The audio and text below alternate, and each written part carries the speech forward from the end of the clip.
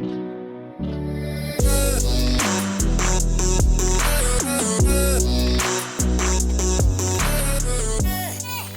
FLOSSTUBE, this is Johnny Saxon back with number 2 of my FLOSSTUBE journey as we see it. Wow.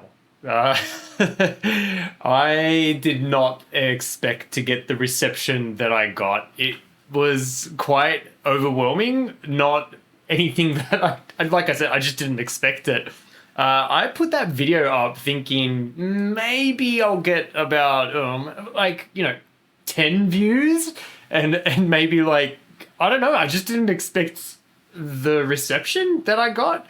You should have seen my surprise, come a week after posting, it just started rolling and then it just turned into this snowball. I'm not trying to say it just wasn't what I was expecting.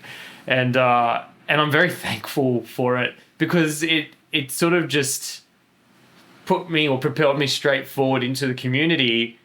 And I'm just going to say thank you so much to the FLOSSTUBE community because you guys have been absolutely beautiful and so nice. It's the nicest community I've ever been a part of, to be honest, or welcome to. There was just, I just didn't, again, the reception was crazy. It's funny, I told my mum about it and she, her response was, are they serious? Are they just teasing you, the people that are leaving comments? And I'm like, no, Mum, I think they're actually legitimate people saying, welcome, and they actually can. She's like, no, people wouldn't watch you for that. And I'm like, oh, thanks, Mum. But that's okay. I mean, I get it. She just was also like me. She was like, no, really? And I'm like, yeah, this is a thing. So yeah, I just want to say again, thank you. I tried my best to get through all the comments because it has been quite a crazy month for me, not just putting up the YouTube video, but I'll go over it in my life update basically. But it's just been a nuts month. So I tried to get to every single comment. If I hearted it, I read it. If I didn't heart it, I probably still read it. I just wasn't able to get to it. But I responded to as many of you as I could. Anyone with questions, I tried to answer. I'm hopefully going to answer a couple of the common questions that I got towards the end of the video, just to kind of, get it out there as information for some of the stuff that I showed that I didn't explain any further. But yeah, look, a couple of things that I wanted to, some more thank yous that I wanted to mention. Basically, there were these lovely FLOSSTUBers who shouted me out in their videos, and I'm very thankful because that just exposed me to more people. So I want to say big thank you to Stitcherista, Once Upon a Stitch, Cross Stitch Bunny, Sage Butterfly Designs, and Tiny House Stitcher for just putting my name out there. So thank you so much. And yeah, okay, all right. So I guess I'll just get into the FLOSSTUBE. So we can talk about life updates and all that kind of stuff. So I'll just give you a little bit of an indication of what's been going on in my life right now because it's obviously affected my cross-stitching in the last month. A lot has happened. I actually left to go on a holiday with my partner. So we decided to go to Queensland, to the Gold Coast, and we got a lovely place there, and it was a lovely week. Got to spend it with my sister and my nieces as well because they came up for about half the week. I got enough rest. I could have gotten more rest because work has been pretty crazy. But a lot of things happened in that week when I was there. Apart from stitching, which I did actually take one of my the Modern Folk embroidery whip that I've got, well, the one that I'm working on. So I did take that. I got a couple, maybe a couple hundred stitches done when I was there. I'll show you my update. But basically, when I was up there, work kind of approved a couple of things that I needed to do, which was some overseas trips, which is happening instantly. So I'll be making well, I've already come back from Melbourne, so I actually went down to Melbourne for a week for a shoot, television, something that I do. But I went down there and that was great. I wanted so badly to go to the stitch shop down there. I think it's called the Cross Stitch Store, just outside of Melbourne CBD. No time. I worked all the way. Like it was not like a holiday at all. I'm still trying to get over the other work for it that I did this week. But then the other one is actually an overseas trip where I'm going to be heading out to just another country that I can't really mention at the moment, but maybe I can a little later. But I'm very excited about it, and once I go there and I can come back, I can talk more about it. But it's very exciting because this is the first major overseas trip that I've ever done for work. So yeah, no, it's a bit nutty, and it's making me like, I'm very nervous about it. Okay, I get quite anxious, especially just going to countries that are unknown to me or anything like that. So it'll be good though. It'll be good. I'm confident. It'll be fine. So I'm there for like a week. But yeah. Anyways, I could share more later down the track. Anyways, so yeah, look, as far as like that sort of stuff, it's just been a bit nuts. But, still got my stitching done. So I'll go all over that. One of the things that from my first FLOSSTUBE that I noticed everyone really, really loved was just like seeing or hearing about my mum's stuff as her cross stitch work or needlepoint work that she did, and it's actually been kind of fun for me to just go down that road with her a little bit further. So I've actually, I spoke to her about it. I got her to actually take some pieces out that she hasn't put up on the walls for ages, and we hung them back on the walls.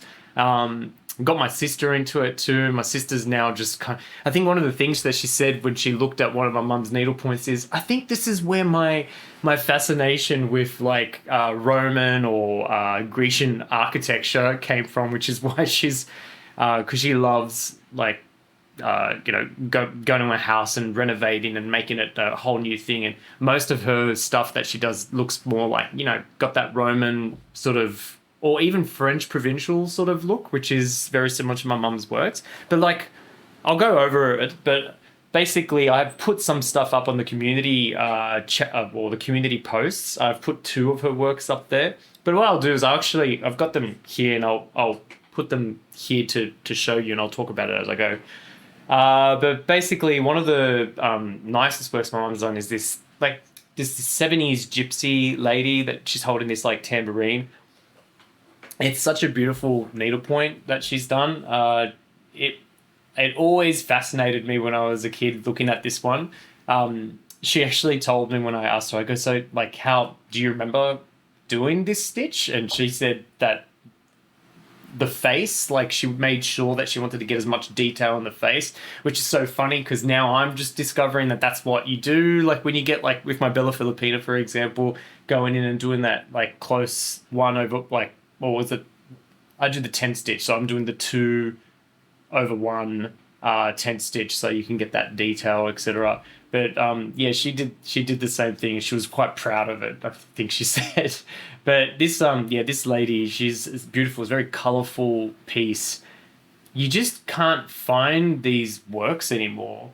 And one of the things I did actually is put these up into.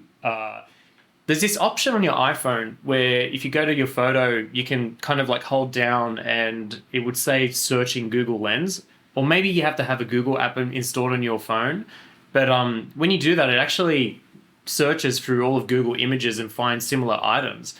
And I discovered quite a bit about these needlepoints that she's done. So one thing I did discover is that they're just not available. But I learned a little bit more about them. I'll tell you which ones I did, though. I did the 70s Gypsy I could not find on there. There was nothing similar. There was nothing the same. There were similar needle points, but not the same. I couldn't find what it's called, who the designer was, or where it's from. So one of the other needle points my mum's done is this, well, it's a flower in a vase. It's so retro, and the frame that she's got it in, even more retro. Hilarious. It's just that old wooden 70s frame that I don't even know where you find this stuff anymore. It will make a comeback. These make comebacks. They always make comebacks. The colors in this one are interesting. I do think it's faded over time. I'm pretty sure that she did have this in a very sunny room, and I just think that it's obviously the sun sort of like bleached the reds to be more of an orange. I remember this being a more vibrant color when I was younger, but still beautiful needlepoint. Lots of detail on that one. Is it my favorite? Not my favorite of all of them, but it's still good. Like, amazing. Okay, the piece de resistance. The one that is just the ultimate one. This is the one that my sister got her French provincial vibes from. Is this piece, which I found out through Google Lens. Well, it's funny. People called it different things. So one called it a French sort of scene of French, aristocrats. But then I saw another one actually calling it a Romeo and Juliet piece. So it's like some scene out of Romeo and Juliet. I don't know which one to believe. I think I'm more towards maybe the aristocrat thinger, because I'm not really sure how you could get Romeo and Juliet from this. Maybe if you guys have any idea, let me know. It's a beautiful piece. It's huge. It's like it sits on the wall about 1.5 meters. I go by meters. I don't know what that is in feet. But it's about 1.5 meters by, or maybe 80 centimeters in length, and in width about 1.5 meters. But the detail that my mum's put in that work, I've got a much close up of it that I can actually show as well. But yeah, it's just the detail that's in it is quite amazing, and she's done such a beautiful job of it, and she knows it. She looks at it and she's just like, I'm so happy with this work. And so she should be. It's beautiful. That one's the one that I think is my ultimately my favorite one, because it just stands out. The next one that she's done is this one I'm going to definitely call it a French manor sort of design. So it's of a girl what is it? Yeah, the French had the wigs too, didn't they? Yes. Okay. Cool. Yeah, Marie Antoinette. Right? She was French? God, I'm going to be so wrong. History was not my thing. Anyways, moving on. So basically, this one's a really pretty one. She's got this in the hallway of her house. It's actually, we didn't put this one up on the wall, but this one was already there. She loves this. In the golden frame, it really gives it those rustic vibes, doesn't it? But yeah, interestingly, when I put this in Google Lens, the colors were completely different. I haven't had a chance to speak to her about this, but I wondered if she chose or changed or swapped the colors up, because it was a much more, I don't know, like maybe a bit, it wasn't as bright. So like the lady's dress was not that bright sort of red coral pink sort of look. It was just a much more faded color. So yeah, I wonder if my mum actually just swapped it out. But yeah, it's a question for her. Now, the next one, which again will pop up here, this one, there's a little bit of nudity in it, but I think YouTube would pass it. But anyway, it's a gold, what I've discovered through the comments from my first floss tube is gold work. Well, I think in my first floss tube, I introduced, I just showed a pattern that I liked. Where was it, or what was it called? It was Winter by D Noyce. I thought it was just cross stitch, or a different type of cross stitch pattern with back stitching, but people were quick to let me know that it's actually called black work, and I had no idea about this until now. And now that I know it, there's gold work as well. Well, this is gold work, and this is something that my mum had hanging in the house from when I was young, and I was fascinated by it because it's a very kind of weird silhouette-y design. Love it. It's beautiful. I mean, I always looked at it and I'm kind of like, it just sung to me because it was such a beautiful figure, and when I looked at it, it looked like art, if you know what I mean. So, I mean, it is art, but it just looked beautiful on the wall. That's the one that we actually got. She had this hidden in her closet, and we just decided, nah, let's take it out. My sister loved it when she saw it. She was like, let's put it on the wall. We're gonna hang it. And so we put it up again, and I don't know, just cherished it for a little bit, and just said, this is yours, Mum. Like, put it, show it. And she was very happy about that. So I'm excited that we kind of brought that back up for her. But yeah, like these are the main ones. I know she's done more, and she's actually got them. We still have, like, my mum's migrated from Corfu in Greece, and she still has her house there that she goes to as much as she can get to every second summer. She's got lots of cross-stitch designs there and some other stuff too. I think my grandfather also made like a mandolin from scratch. Apparently he rewrote the Bible. Anyways, I'm not going to go into that. I don't know why he did that. They must have had a lot of time back then. But anyways. But yeah, that's basically my mum's work at the moment. What she's done, and yeah, she's got some beautiful stuff there. I'm trying to spark in her the joy of doing it again.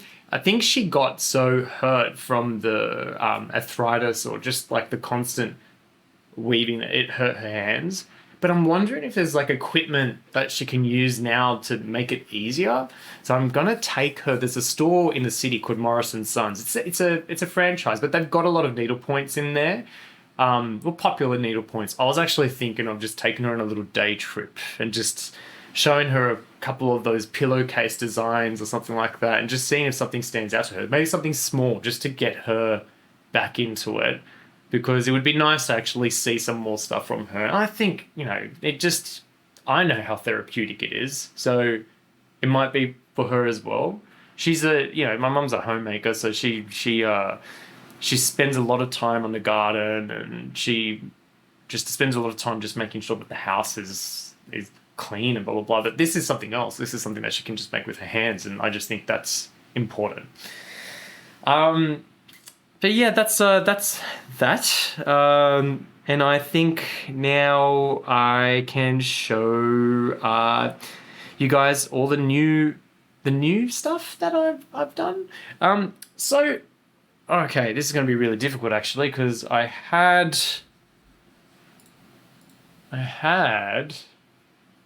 Oh, no, it's not that difficult at all. All right. So, one of the new designs that I purchased was actually someone that reached out to me through my FLOSSTUBE, and her Etsy store is called Stitching Jules Design. So she's got these. It's interesting. Her Etsy store. She's got these patterns on there where it's monochromatic work, and it's kind of like it's like almost like pixel art, and so I'll put the patterns that I purchased. But basically, I purchased this one called the Covered Bridge, and another one called Gothic House.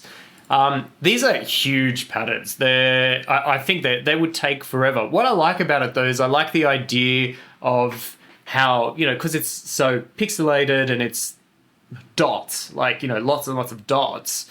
Having it on a wall from a distance, or just picking somewhere in the house that you could put that, it actually just would look like a drawing, like a painting, or drawing, I would say, like pencil work or something like that. And I found that intriguing. I love Gothic architecture, so that got me instantly with the Gothic house pattern.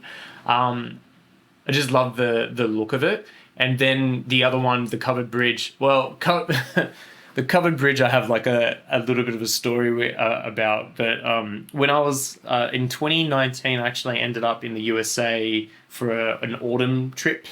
It was probably one of the best holidays I've ever been on in my life, because I got to go there during Halloween or the fall, and I was in the state of Maine, Massachusetts. So I kind of stuck around that area, driving through, all the forests and the just the national. Whatever I can't remember the names of it, but it was like from Bar Harbor. There was this beautiful national park there, and I got to see all the colors, and it was just. I think one of the best comments was just from this lady at a parking area, where she basically said to me, you know, some people look for color their whole lives, and you just got it in one day, because we just arrived there the day before, and it was just this beautiful 4 colors. And I just remember her saying, I'm like, God, that's so quotable. Jesus Christ, America, why are you so quotable? So it was a special time there. But anyways, the covered bridge. Going back, I went on a tangent. So the covered bridge. When we were driving to, was it New Hampshire? We stayed at this beautiful hotel called the Omni. I think it was called the Omni. It was a beautiful, beautiful hotel. And on the way there, we thought we'd take a detour because it came up on Google that there's a covered bridge. And I think we remembered something like that from Beetlejuice, the movie. And I've never seen a covered bridge before. It's not a thing here in Australia that you see. So it's kind of like, it just reminded me of those films that I watched when I was younger. Beetlejuice is one of them. Anyways, we got there and there was no one on that road. It was raining. There were potholes in the road, in the dirt road, and I couldn't tell how deep they were, and I didn't know how to go around it. We had no reception on our phones. There was a pickup truck behind us at one point that disappeared, and I freaked out. And I had this horrific kind of like paranoia that just came over me. I'm like, oh my God, we're going to die out here. This is the worst. Oh my God.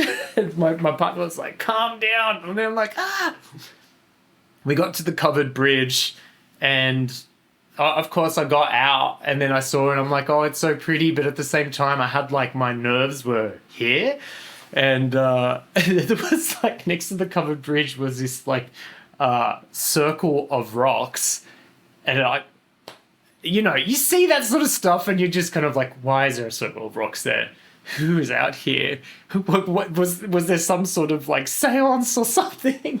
Either way, it was a good story, and my partner, I think, would appreciate it. So I saw the covered bridge pattern. I'm like, that's an interesting pattern. Anyway, going back to the patterns, which is what we're talking about.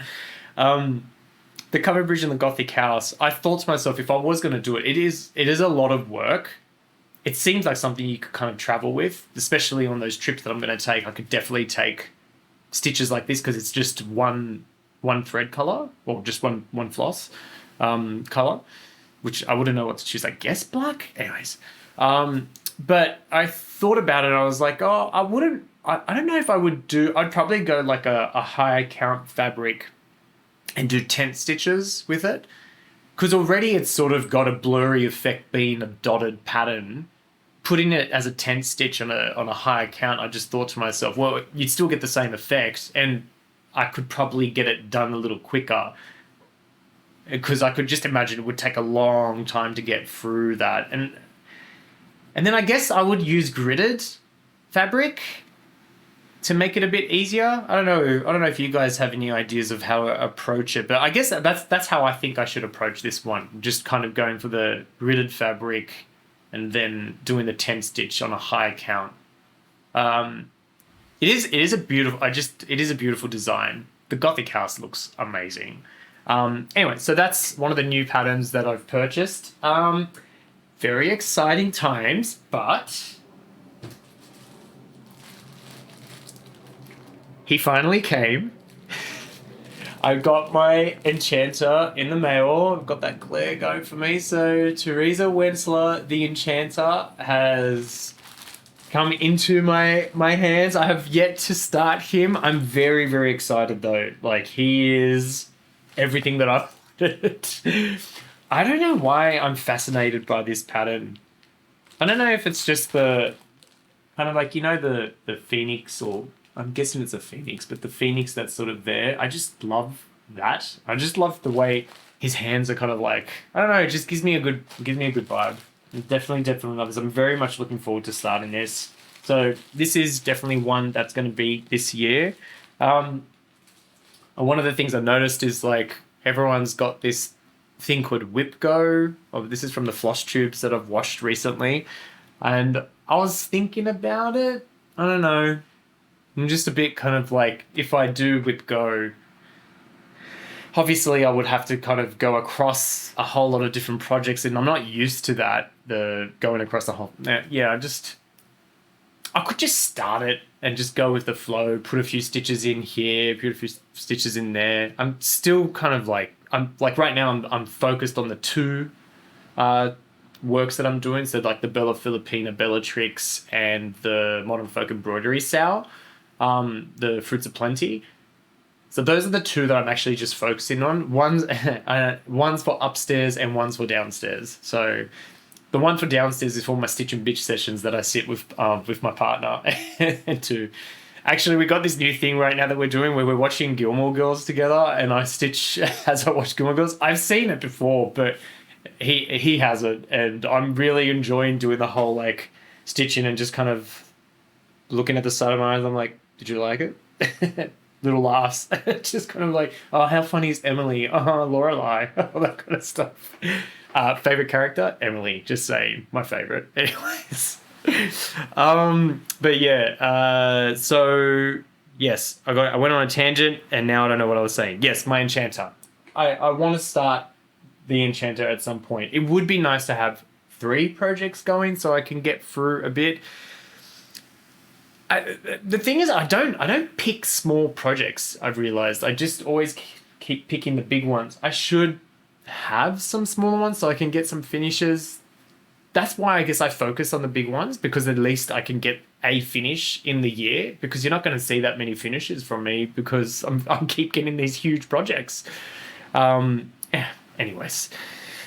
Oh, and then I have those dreams of starting that black work. I think I also said I wanted to start that Frost Lady, my little Final Fantasy Shiva as well. That's one that I wanted to start on. I have a lot of aspirations of what I want to do this year. Clearly, I don't have enough time because it's already February. Anyways. Okay. All right. I've written like a little list of what I need to get through because I'm just going to keep on going on tangents otherwise. All right. Okay. We are at that point where I am going to show you where I'm up to with everything. And I'm going to see if I can do like a comparison. I might go back to my other video and see where I was at there and then show the comparison next to it. Okay. So, Bellatrix. You know what? I actually need one of those white boards that you put these on, but we'll try our best with this. So Bellatrix is coming along. I think the last time you guys saw her, I don't think I had. It's going to be interesting. It's going to be really interesting. Let's try this again. Last time we saw her, I don't think I had the what do you call this, a plinth? I didn't have the plinth. So this just got finished. And then I also didn't have the spell book with the candles, I don't think. So she's definitely come along. And I got a lot of stitches in her in this past month. Well, with just the focus. Well, right now I'm actually just moving on to... I need a better way of doing this. I'm moving back onto her dress because there's it's funny, like every time I look at Pattern Keeper, I'm kind of like, oh, I'm getting through so much. And then I see how much of a percentage that I've actually gone through. And it's only like, oh, you've only done 10%. Good luck. You've got 90% left. I still got all of this. The cat. There's like the massive frame that's around it. This project is actually a lot bigger than I expected. Please don't mind the hoop marks. Don't mind them at all. Actually, this is something that I'm going to put out to the community that maybe if anyone could help me with. Everyone's saying get a Q-snap. I agree. I do want to get a Q-snap. I don't know where to start. Like, is 8-inch Q-snap where I begin with the Q-snaps? Is that a good size? Do I need to get a smaller size for the type of work that I do? Or is there like extendable sizes? I got confused. There's no real recommendations, well, that I've seen anyway on the websites that I've got. So I went to an Etsy store and I went to order it, and then I just stopped and I'm like, oh, maybe I'll just wait and see if anyone could give me some kind of idea before I purchase it and then I don't use it. But yeah, I was thinking about getting a Q snap and then getting a holder for it as well. I do love my hoop stand. I just want to try it out just to see. And that way I can have other projects that I can put on it. I've been enabled. I've been enabled. All of you have enabled me further. Okay, I'm going to show you Fruits of Plenty. So this one I took to Queensland with me for when I went on my trip, and I tried to get a lot of stitches in there. So I got like a good, 500 stitches into this one. And, it's looking really good. I actually enjoy stitching this one because of the small wins I get out of it. Like, it's nice to actually get, it's nice to get the motifs sort of done. And once they're done, you're kind of like, okay, all right, we're making some progress. Don't mind the creases. Oh, that's the other reason why I was looking at the Q-snap, because maybe I could get less creases this time. Got a question for you all as well. All right, so that is Fruits of Plenty coming along. So the newest sort of stitching that I've done is all this section here. So I finished off is it a 2, 3, 4, 5? Yeah, it's an octagon. I finished off the octagon and then just started work on this middle motif here of the rose and the vase. Just looking beautiful. Such a beautiful design. I love working on this. I think this is this is my first ever sampler. Love working on it. I could do samplers all day. They're favorable to me because it's just a tick. Like I said, you just feel like you're getting things done with it because you're just finishing off the little motifs. It's a nice feeling. But yeah, beautiful, beautiful, beautiful one to work on. So I think I might actually take this one with me to my overseas trip because it's going to be easy. I was thinking about taking it on the plane, but I'm still a little bit it's a bit hard or a bit. It's not that I'm embarrassed. I just don't want to explain it to the crew that I'm going with because they're all going to be on the same plane. So they're going to just kind of be there asking, so what is this? Whatever. I'm just like, I'll just do it when I get to my hotel room. Okay, so my question to you all, if anyone could help me with this, is beading. The pattern for Bella Filipina shows that okay, there's two questions here actually. It shows that I need to do cross stitches. Well, I've got to do the cross stitching and then I've got the beading, but there's also back stitching and there's back stitching with the beading. So what is the order? Is it cross stitch, back stitch, bead? Or do I do cross stitch, bead, then back stitch? I'm assuming it's do all the thread work first, then the beads. And then if the beads cover the back stitch, that's okay, because that's what's intended. Because that's what I'm thinking. It's like if you're doing back stitching and then you put the bead on top of it, doesn't that cover some of the back stitch work? Or does it just edge onto it? Is it better to backstitch afterwards so that it's more I don't know. I got confused and I went round in circles with myself. So putting that question out to the community, if you can answer in the comments below, that'd be great. Help a fellow floss tuber out. The other question I had about that is pattern keeper. So how does one use pattern keeper for backstitching? So I found that I had this problem when I was doing the wizard. I couldn't use pattern keeper anymore. I had to put it aside and start using the paper chart again in order to follow the backstitching, because it's difficult to follow it on pattern keeper because once you've highlighted the cells and said you've done them, they're sort of done. It's a bit more difficult to see it, and then there's no way of highlighting the backstitches that you've done. So I'd love to know what everyone does in this situation when you're using pattern keeper. Do you just skip it and then just kind of just go back to the paper chart just like I did? Or is there a better way of doing it? Yeah, it'd be interesting to know. So please let me know. Cool. All right. I think okay. So those are my whips. Now there's a couple of things that I just wanted to mention in regards to some comments that I got on my FLOSSTUBE #1 video.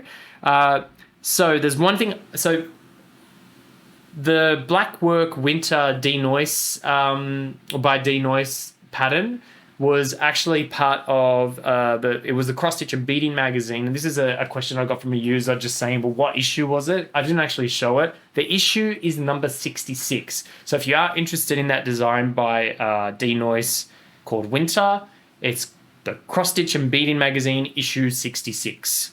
Another thing that I didn't mention in my FLOSSTUBE 1 video is, and this is a question again, was where I got the patterns for the I'll put the photos back up here, but there's the Autumn Riverside, I believe it's called, and the Mountain Lake cross stitches that I did, or cross stitch patterns. So that was the Etsy store that I mentioned that is no longer selling it on Etsy. Well, I didn't realize that they're actually selling it on their own website, and that website is stitchingland.store. So stitching, stitch, ing, land, one word, dot store, store. So that website has so many beautiful modern looking designs with punchy colors. I totally recommend it because they are very, very nice to put on walls as a nice little modern contemporary sort of pattern. Yeah, they're blocky in terms of like the colors, but they're small, so they're easy to kind of get through, and you get a really nice result at the end of it when you put it up on the wall. It always gets everyone's eyes. I still got that Autumn Riverside one up at work, and everyone at work still just kind of looks at it and goes, yeah, that's my favorite one. So there's that. The other question that I got is where I got my hoop stand from. So that hoop stand is a gun. Love it. It's been just working really well for me for the last 2 years since I've bought it. Hawthornhandmade.com.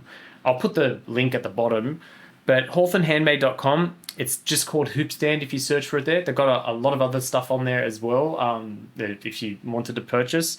But yeah, they're definitely, it's a definitely well-made stand. So one of the things that I want to do is actually, because I've started woodwork back up, so I'm in term 3 of woodwork. I'm still doing like initial projects of, just like as not a beginner, but third term beginner. I'm currently like, I've gone through and made a picture frame. I've made a chopping board and a wooden knife that you kind of sculpt the handle, which is it's just really fun. I'll put some pictures up here. I know this is FLOSSTUBE and it's not everything, but it's still crafty, so I'm just going to put it up. But I made a chopping board. I made the wooden knife. I don't have a picture of the picture frame, so I'm not going to put that up yet because it's not completely done. And I'm currently working on making like a mallet that I could use for later when I do more woodwork. So I'm in the process of making a mallet. I'll show you what the mallet head looks like as of today because I was working on it. But one of the things is once you get through all the projects, I think the next project I've got to make is a box that has something that closes on top that I can actually probably use for my floss, to be honest. But I'd like to actually make as my project, my own project, my own little embroidery stand. I thought that it would be kind of cool if I did one for like downstairs on the couch that I can just... I want to design one from scratch. I just want to see what I could do. I want one that's compact, that's sturdy, and that I can just easily... for me, it's all about storage because I don't have much space downstairs in the living room. I don't want it to take up too much space. I want it to be as simple as fold out, like something that stands, put in the corner, and it just kind of like blends away, and that you could take it out, open it, kind of like a Lowry stand, but just wooden. But I want to make my own design. So that's something that I was thinking about today when I was in class, because I was just like, maybe that is the direction I go. If it gets too difficult, though, I'm just going to make a monitor stand for my desk. I should really commit. I should commit. I'm committing. I will commit. Okay. Okay, so those are my... answers. There's also other things that were in the comments. Some people also recommended a couple of things that really stood out to me. As you are all aware, especially since I read it in your comments as well, I do love my wizards and my enchanters. But someone recommended to me this one called Planetarius by Buchilla. Wow. It's great. I'll put a picture of it right there. What a beautiful design. I saw it, I'm like, yeah, of course I love that. Of course. Then, you know, I saw the price tag on it, $380 Australian. Oh my God. Wow. That is so expensive. I love it though. I'm just tracking it on eBay and hoping for the best that I get this like notification to say, hey, it's selling and it's $50. But anyways, that was a recommendation, and thank you who recommended that, because now I'm going to be out of pocket.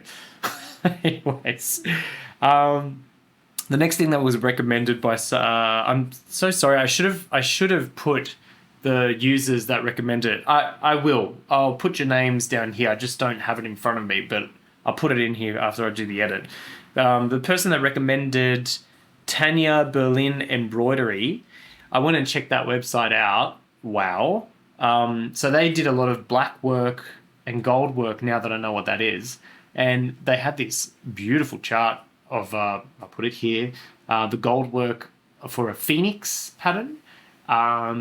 Yeah, I'm enabled. I am enabled. Thank you. Thank you so much. It's more money. Anyways, the next thing is, okay, well, this is not a specific thing, but a lot of people are recommending a Hade. So I definitely know about Heaven and Earth Designs. I think I saw that when I was watching a lot of Teresa Little Stitcher a few years back, because she was doing Hades. And I picked a few that I really, really liked. It was a while back that I picked it. I actually don't know what they are anymore, but I remember picking like a big horse sort of one. But they are a lot of work. They are a lot of work. I'm very much kind of like, it's funny, a Hade, I'd rather do a chatelaine than a Hade, and I know chatelaines are a lot of work. But I still want to do a Hade. It's not that I don't want to do it. I just kind of look at it and I get this overwhelming feeling like, oh my God, that is a lot of stitching, a lot of confetti. And I said to you guys, I know that I like it difficult. Maybe I should just do it a bit before I actually comment on it. Maybe I start a smaller Hade or something. Just something like a smaller design just to get myself into it. Decisions. Okay. And yeah, okay, all right. Well, I think I'm at the point right now where I'm just going to mention some floss tubers that I have been watching. So the two that just stand out to me that I've watched lately is one is Marumi Crafts. Love her stuff. She is obsessed with stitching, just like we all are. And I love her stitch work. I love I get a nice feeling when I watch her floss tube. So just please keep making them. I'm a fan. Anyways, so Marumi Crafts is one that I've definitely been watching lately. And then there's a new floss tube that's started. Her name is Stem X Stitch. She's great. She's got some amazing pieces. She just recently did her third floss tube, and she's got this finish parade of all this kind of like all the smalls that she's done, because she's done a lot of those. And there was this like art series that she did. I don't know where, I know she mentioned, I haven't actually had a look at the store to see, but I love them. And I love that all her friends love her work and she makes them presents and does that sort of stuff. Yeah, she's got some amazing things. And one of the other things that she did was there's two designs that she made herself. And they were so genius. I thought they were great. But she made a periodic table based off like the floss. Like she picked the floss colors and she made a periodic table, which I thought was cute. But the other one that she made was this like chart of her every temperature of every day since she was born. I think that's what it is. Maybe I got it wrong. Either way, what a great idea. What a great like idea for a gift, even just to kind of give to someone. I mean, it would have taken a lot of data and work, but yeah, I just thought it was genius. Loved it. So yeah, Marumi Crafts, Stem X Stitch, some floss tubers that I watch, and yeah, so those are the people. One of the other things I realized when I put my floss tube out, I actually mentioned it to a couple of people at work, and then all of a sudden I actually met someone else at work who was just as much into stitching as I was. But, you know, everyone, why do we keep it a secret? But now it's not. And now we've become like email buddies, just giving each other's updates on what we're doing and enabling each other. And I love it.